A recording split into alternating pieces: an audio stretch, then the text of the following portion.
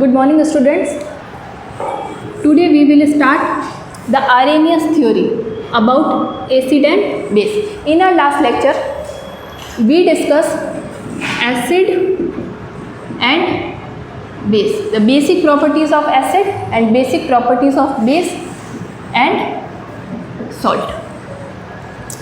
In basic properties we learned that we should not taste और touch the acid.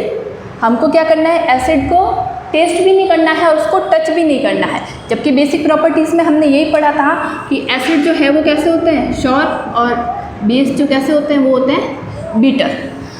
और इनकी basic property थी कि एसिड जो है वो ब्लू लिटमस पेपर को किस में चेंज करता है, ब्लू टू रेड, और ये red to blue.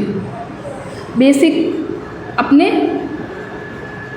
Pure form में कैसा होता है, कॉरोसिव इन नेचर, और ये कैसे होते हैं, soft and slippery to touch.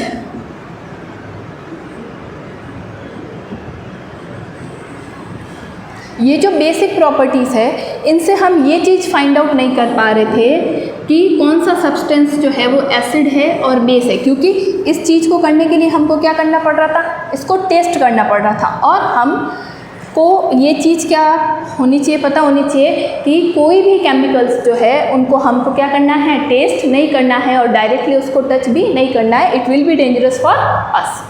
तो फिर कुछ साइंटिस्ट आए, उन्होंने क्या किया, इन बेसिक जो प्रॉपर्टीज़ है इससे हटके कुछ कंसेप्ट बताए कि कैसे हम आइडेंटिफाई कर सकते हैं कि कौन सा सब्सटेंस जो है वो एसिड है और कौन सा सब्सटेंस जो है वो बेस है.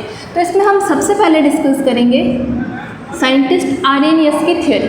साइंटिस्ट आर्हेनियस ने क्या किया, अपनी एक theory the about acid and base, कि कौन से सब्सटेंस जो है वो एसिड है और कौन से सब्सटेंस जो है वो बेस है. ठीक है, दोनों को साइमल्टेनियसली हम डिस्कस करेंगे. First one is acid and second one is base. अब आर्हेनियस ने क्या बोला, acid is a substance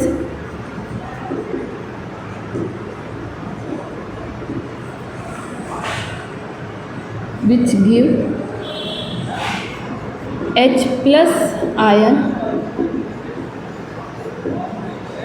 in aqueous solution. Acid की डेफिनेशन आर्हेनियस के अकॉर्डिंग क्या थी, acid is a substance which give H plus ion. यहाँ पे ये चीज़ इंपॉर्टेंट है, H plus ion in aqueous solution. What do you mean by aqueous solution? Aqueous solution का mean क्या हो गया, मतलब कि हम एसिड जो है उसका सोल्यूशन किसके साथ में बना रहे हैं, वाटर के साथ में बना रहे हैं. तो एसिड का क्या हो जाएगा, हमारा एक्वस सॉल्यूशन हो जाएगा. ठीक है, जस्ट इसके बाद में बेस के लिए उन्होंने क्या बोला,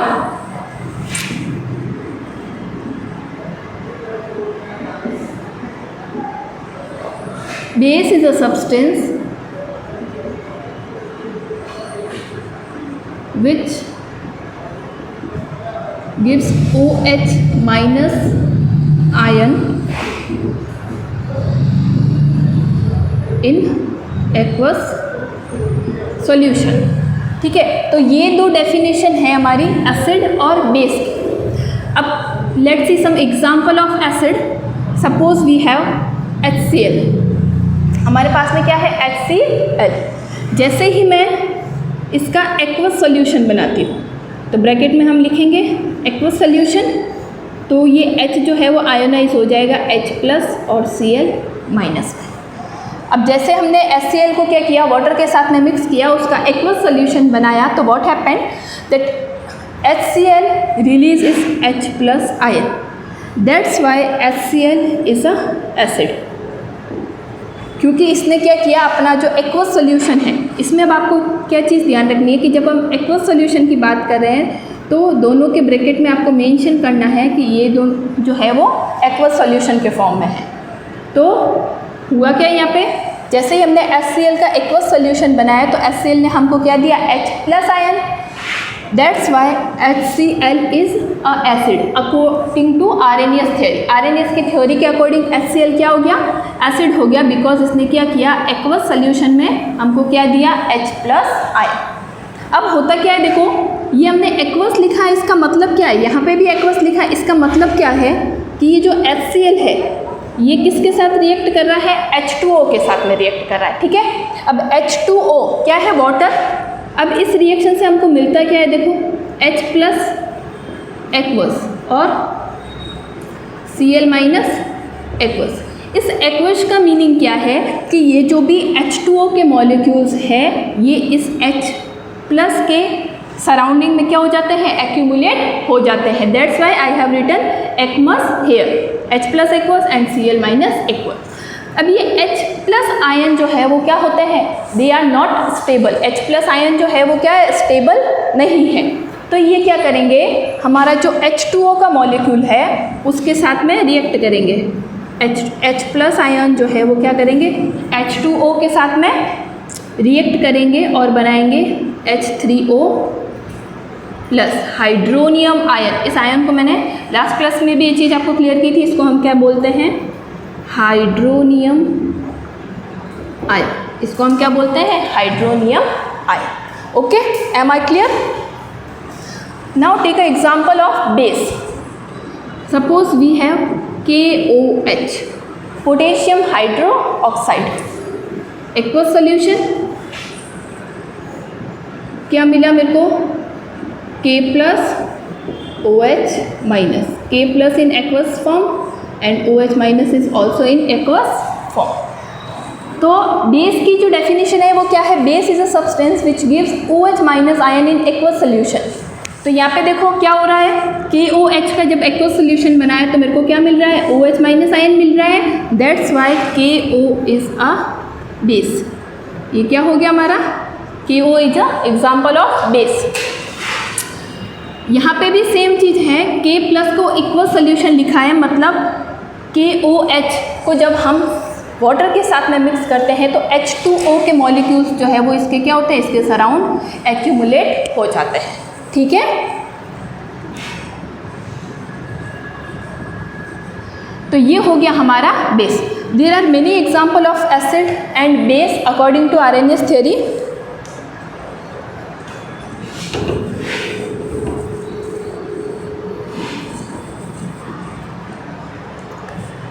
HCl के बाद में H2SO4 क्या बन गया, H प्लस और HSO4 minus. HNO3 H plus NO3 minus. Sorry, you have to write aqueous because it gives H plus ion in aqueous solution. ये भी क्या है, aqueous, and it is also in aqueous form. That's why H2SO4 is a acid, HNO3 is a acid. It is called as sulfuric acid and it is called as nitric acid. इसको क्या बोलेंगे हम, nitric acid and it is sulfuric acid. Okay, base में और example देखें तो NaOH, sodium hydroxide, in aqueous form it gives Na plus and OH minus. Some other example of base is NH4OH, ammonium hydroxide will give you NH4 plus and OH minus. We have acetic acid CH3COOH in aqueous form, it will give us CH3COO minus plus H plus. Because of this H plus, it is called acetic acid. Okay, so these are some example of acid and base according to Arrhenius theory. अब हमको ये चीज़ clear होनी चाहिए कि exam में जो question आता है रिलेटेड टू एसिड और बेस, तो उसमें कौन सी थियरी या कौन सा कंसेप्ट आपको यूज़ करना है वो पहले से क्या होता है, मेंशन होता है कि आपको आरएनएस के अकॉर्डिंग एसिड और बेस को डिफाइन करना है या ब्रोस्टेड-लॉरी के अकॉर्डिंग करना है या लुईस के अकॉर्डिंग करना है। There are 2 more concept after Arrhenius theory. Okay, तो ये चीज़ क्लियर हुई। उसके बाद में आता है एक concept strong base and strong acid.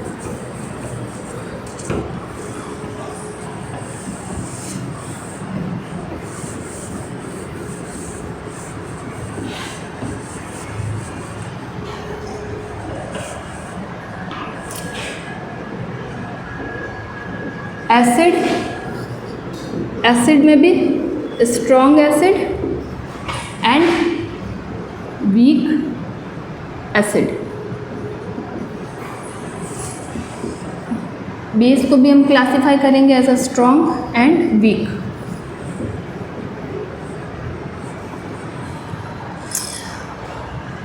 Which acid is strong and which is weak? Some acids, कुछ एसिड्स क्या करते हैं, वाटर में कंप्लीटली आयोनाइज्ड हो जाते हैं। कंप्लीटली क्या हो जाते हैं? आयोनाइज्ड हो जाते हैं। तो उन एसिड्स को हम क्या बोलेंगे? Strong acid. Acid which completely ionized in water are called strong acid। Weak acid की डेफिनेशन क्या हो जाएगी? Acid which partially ionized in water is called weak acid। Same as base के लिए भी यही डेफिनेशन है, कंप्लीटली आयोनाइज। अब ये एसिड जब आयोनाइज होंगे तो हमको क्या देंगे? H+ ion. और बेस की अगर बात करूँ तो हमारे पास में क्या आएगा? OH- ion. तो स्ट्रॉन्ग एसिड वो हो जाएंगे जो कम्प्लीटली वाटर में आयोनाइज्ड हो जाते हैं और हमको क्या करते हैं? मोर नंबर ऑफ हाइड्रोजन्स जो है वो देते हैं। That's why they are strong acid. और जो कम्प्लीटली आयोनाइज्ड नहीं होते हैं, पार्शियली आयोनाइज्ड होते हैं, उनको हम क्या कहेंगे? Weak acid. सेम यही डेफिनेशन रहेगी हमारी बेस के लिए। ठीक है, base are the substance which completely ionised in water to give OH- ion, or partially ionized, that means they are weak base। Some example of acid, strong acid is HCl, H2SO4 and HNO3।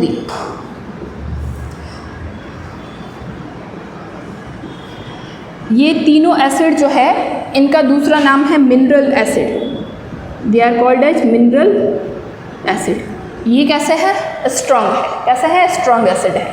अगर week acid की बात करूँ तो we have carbonic acid,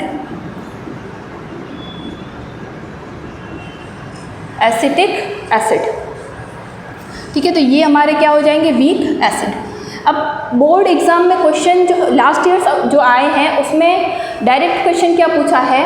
right down the definition of strong acid and weak acid and give example. तो आपको क्या करना है? स्ट्रॉन्ग एसिड की डेफिनेशन लिखनी है और उसके एग्जाम्पल्स लिखने हैं। उसी तरह वीक एसिड की भी डेफिनेशन लिख के एग्जाम्पल जो है वो शो करना है। स्ट्रॉन्ग बेस के एग्जाम्पल देखो तो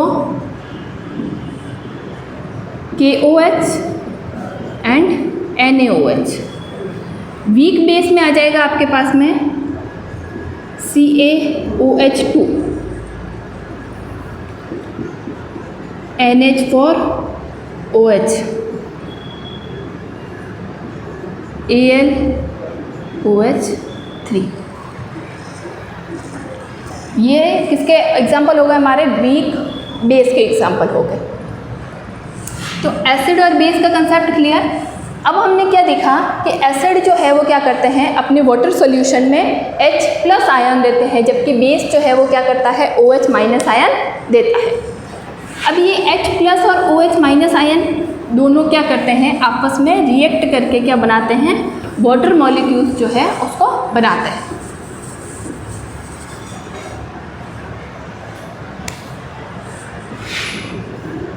एसिड प्लस बेस। अब एसिड हमको वाटर सॉल्यूशन में क्या देगा? H+ और बेस जो है वो क्या देगा OH-. When H+ and OH- react with each other then they make H2O. ये रिएक्शन कौन सी हो जाएगी हमारी? Neutralisation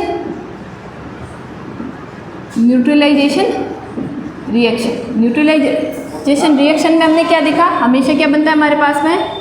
salt and water. अब ये वाटर कहाँ से बना? एसिड का H+ और बेस का OH-, दोनों ने आपस में रिएक्ट किया तो हमारे पास में क्या बन गया? H2O. क्या बन गया? H2O. This reaction is called as neutralisation reaction because acid and base lose their properties and will make neutral. ये क्या हो जाएंगे? न्यूट्रल हो जाएंगे. इनकी प्रॉपर्टीज जो है वो लूज हो जाएगी. न्यूट्रलाइजेशन रिएक्शन में हमको एक चीज़ और ध्यान रखनी है कि जब भी हमारा स्ट्रॉन्ग एसिड स्ट्रॉन्ग बेस के साथ में रिएक्ट करेगा. स्ट्रॉन्ग एसिड स्ट्रॉन्ग बेस, जो सॉल्ट हमको मिलेगा वो हमारा क्या हो जाएगा? न्यूट्रल हो जाएगा. बिकॉज दोनों क्या है? स्ट्रॉन्ग है तो सॉल्ट विल बी न्यूट्रल. एक और चीज़ ध्यान रखनी है हमको कि एसिड और बेस न्यूट्रलाइजेशन जो रिएक्शन है इसमें हमारी एनर्जी क्या होती है? रिलीज होती है. That's why it is a exothermic reaction. अगर मेरे पास में स्ट्रॉन्ग एसिड है but I have weak base तो जो सॉल्ट बनेगा, अब यहाँ देखो, इसको समझने के लिए देखो कि दो फ्रेंड्स हैं, एक इंटेलिजेंट है, एक थोड़ा कंपेरेटिवली क्या है? थोड़ा वीक है. तो जब एक वीक स्टूडेंट और एक इंटेलिजेंट स्टूडेंट आपस में क्या करेंगे? रिएक्ट करेंगे. तो इंटेलिजेंट स्टूडेंट है वो क्या करेगा? अपनी प्रॉपर्टीज़ जो है उसको सबके सामने लाएगा. सीधी सी बात है, बिकॉज ही इज़ इंटेलिजेंट. तो स्ट्रॉन्ग एसिड और वीक बेस की जब रिएक्शन होती है तो जो सॉल्ट बनेगा वो कैसा होगा? Acetic in nature.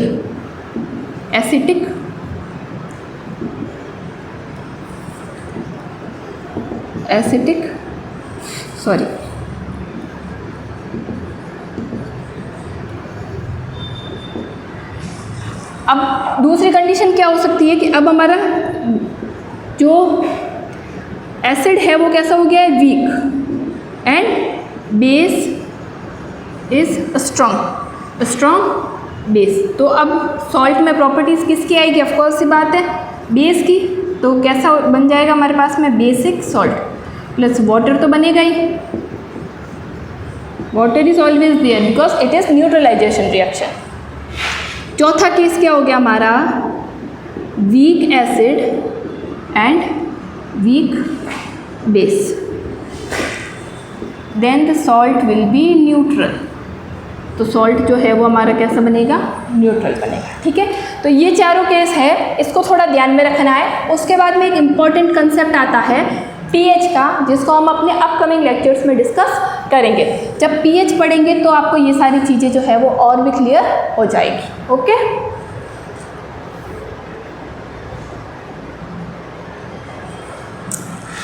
Now the Arrhenius theory is all about H+ ion and OH- ion.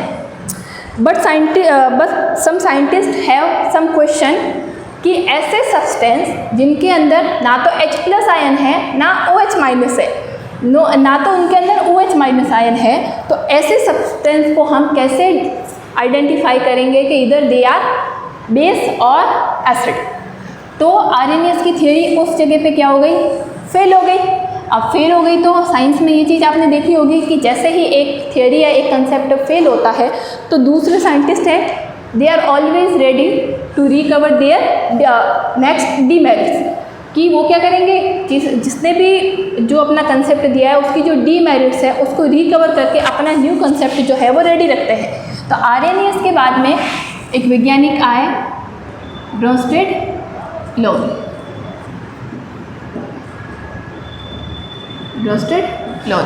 उन्होंने अपना एक कंसेप्ट दिया which is based on H+ ion and H+ ion is called as proton. H+आयन जो है उसको हम क्या बोलेंगे, proton. We will discuss this concept in our next lecture. Till then, please go through the Arrhenius theory very carefully. If you have any doubt regarding to this topic or other topic, then please message in your WhatsApp group or comment section of this video. Thank you.